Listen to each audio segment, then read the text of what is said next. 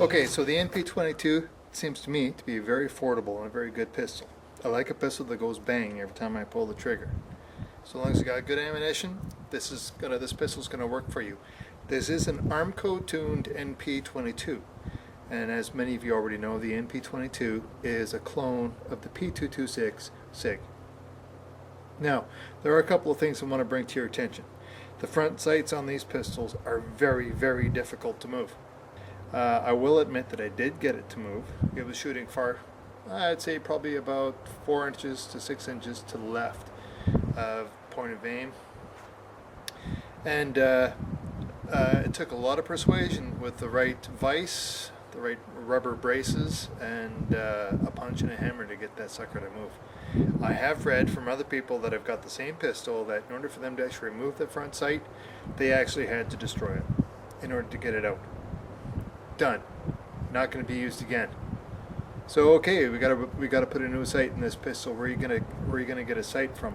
Basically, what you need to do is try to find another original Norinco sight, because the P226 are too small. They'll shake loose. You can Loctite them all you want, they will still come loose. As soon as that pistol heats up, the Loctite starts to loosen up. There is a special heat-resistant Loctite that you can use. However, really, it's the wrong front sight for the Norinco pistol. Don't try using SIG sights. They're expensive, and when you find that they're not going to work for you, you'll find out you're out quite a bit of cash. But the pistol itself, when you actually do manage to get that front sight to move for you, it's good. My front sight is marred up because I've been pounding the crap out of it to get it to move, but it did eventually budge, even though it may not be as aesthetically pleasing anymore. Really, that's the only problem I have with the pistol. You got to be able to move your sights and not destroy your pistol in the process. So other than that, I say buy them while they're available. Who knows how long this Norinco run is gonna last? Your guess is as good as mine. We seem to get a wave of them every once in a while coming into the country, but I figured I'd pick one up. Gunner's shop seems to know what they're doing. When it came out of his shop, the double action pull was quite smooth. I am a bit of a newbie when it comes to the P226 platform, so I don't have a lot of basis or background to draw on so far as what a SIG can do and what an NP22 can do. Therefore, my opinion is basically an untainted one. I'm just looking at the pistol in and of itself and trying not to compare it to a 226, because I'm not going to be able to do that for you. But I can tell you that I like the pistol. It feels good in my hand. The grips are a little bit on the cheap side, but you know what? There's so many aftermarket grips out there. If you absolutely can't stand it, I find that they actually have a quite positive grip. They're not slippery at all. I think for some people they're a little bit aesthetically unpleasing, but I find the grip to be very positive, and the pistol doesn't shake its way out of my hand. Good pistol. Enough said. Okay, this is the original Norinco magazine. Let's see what we can do.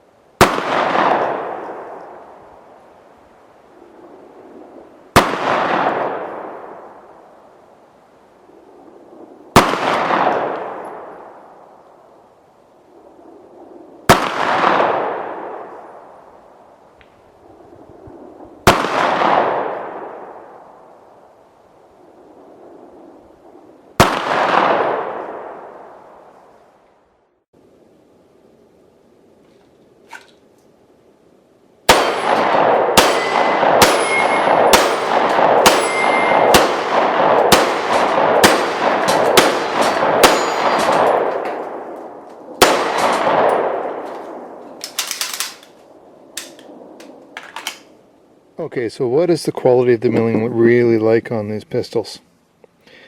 Well, this one's been shot and is dirty now.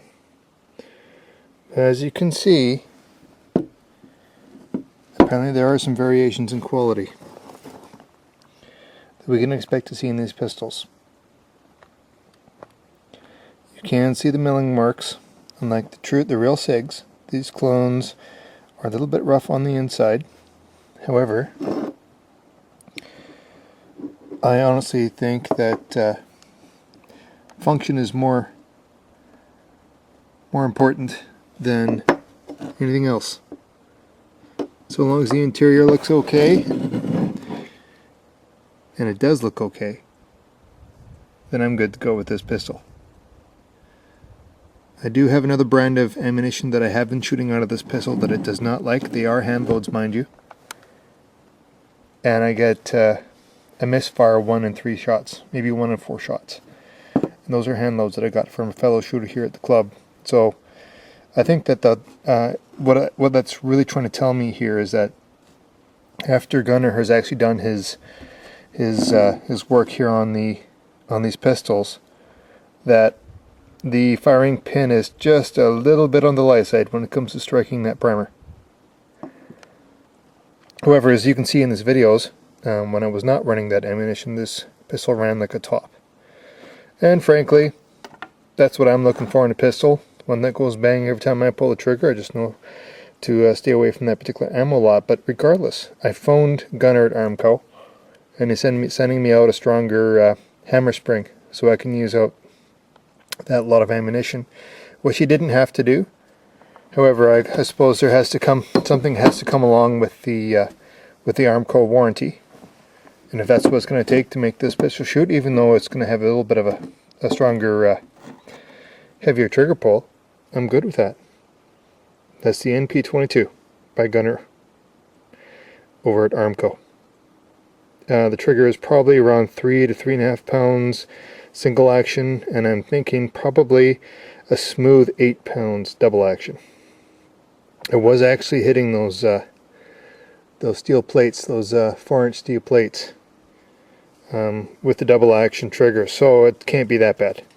And that's from the quick draw, so right on. I'm happy with this pistol. Okay, there's one more thing I'd like to bring to your attention.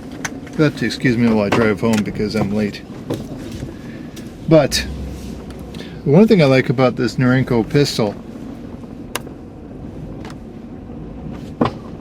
that I got from Gunner over at Armco is that if there's a problem with it,